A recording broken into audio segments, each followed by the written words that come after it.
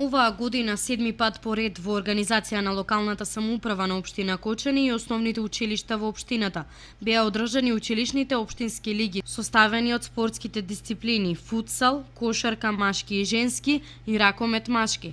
Овие надпревари беа исполнети од страна на околу 220 ученици.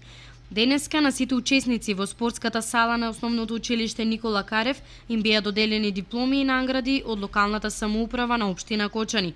Имено во надпреварите во футсал кои што се одиграа во училишната сала Никола Карев, оваа година првото место го освои училишната екипа на Никола Карев од Кочани, второ место беше училишната екипа на Раде Кратовче, трето место Малина Попиванова, додека четврто место и пето место ги зазедува Крста Петков Мисирков Оризари и Кирил и Методи од Кочани. Во сите конкуренции се прогласија и најдобри играчи, така да за најдобар играч во футсал оваа година беше прогласен ученикот Јован Манев од основното училиште Никола Карев Кочани.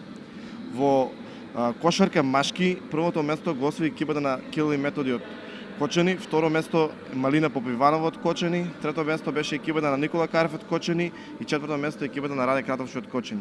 За најдобар кошаркар во училишната лига за 2016 година е прогласен ученикот Стефан Стојменов од основното училиште Кирил и Методи од Кочани. Во конкуренција на девојчиња во кошарка првото место го освои екипата на Свети Кирил и Методи, второ место екипата на Малина Попиванова од Кочани и трето место екипата на Никола Карев од Кочани. За најдобра кошаркарка беше прогласена ученичката Љупка Симеонова, исто така од победничката екипа од екипата на Свети Кирил и Методи Кочани. И на крај се доделија и наградите во ракомет во машка конкуренција.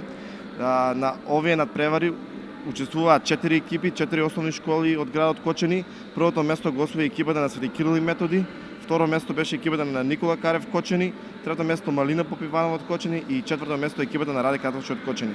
За најдобар играч во ракомет беше прогласен ученикот Иван Јангелот од основното училиште Кирил и Методи од Кочани. Традицијата со организирањето на општинските лиги ќе продолжи и во наредните години. Покрај овие дисциплини се очекува воведување и на нови кои ќе бидат од голема полза за поуспешен развој на спортот, како во училиштата, така и општо во општината Кочани.